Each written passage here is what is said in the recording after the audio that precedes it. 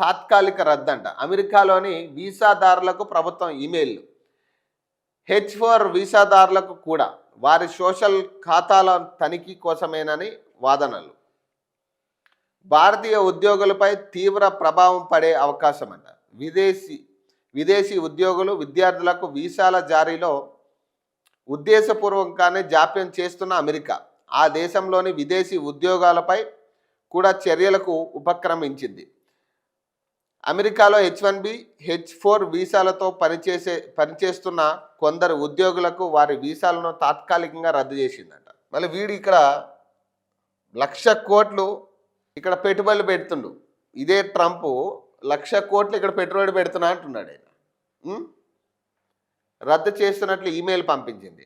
అయితే వీసాలు తాత్కాలికంగా రద్దయిన ఆ ఉద్యోగులు తమ వీసాల గడువు సహజంగా ముగిసే వరకు అమెరికాలో చట్టబద్ధంగా నివసించవచ్చు. ఇది శాశ్వత వీసా తిరస్కరణ కాదని హ్యూస్టన్కు చెందిన ఇమిగ్రేషన్ అటార్నీ ఎమినిల్ సుమన్ తెలిపారు.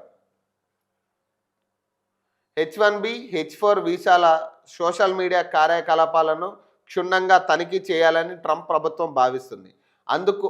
అందుకోసమే వీసాల తాత్కాలిక రద్దు నిర్ణయం తీసుకున్నట్లు భావిస్తున్నారు. ఇప్పటికే విదేశీ విద్యార్థుల వీసా ఇంటర్వ్యూలను కూడా అమెరికా అధికారులు వాయిదా వేశారు. దరఖాస్తుదారులతో పాటు వారి కుటుంబ సభ్యులకు చెందిన గత 5 ఏళ్ల సోషల్ మీడియా యాక్టివిటీస్ వివరాలు ఇవ్వాలని కోరారు. ఇప్పుడు వీసాలు ఉన్న వారిని కూడా అలాగే అడగబోతున్నారని న్యూమన్ తెలిపారు. వీసాలు తాత్కాలికంగా రద్దయిన వారు అమెరికాలో ఉన్నంత కాలం సమస్య లేదని, దేశ బయటకు వెళ్ళి తిరిగి రావాలంటే మాత్రం సాధ్యం కాదని రెడ్డి న్యూమన్ బ్రౌన్ పీసీ అనే ఇమిగ్రేషన్ న్యాయస్థానం తెలిపింది.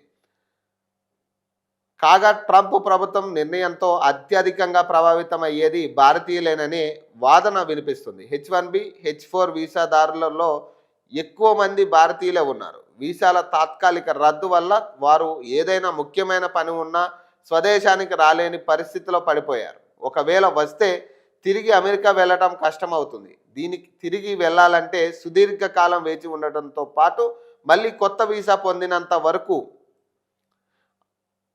పొందినంత పని అవుతుందని నిపుణులు చెప్తున్నారు.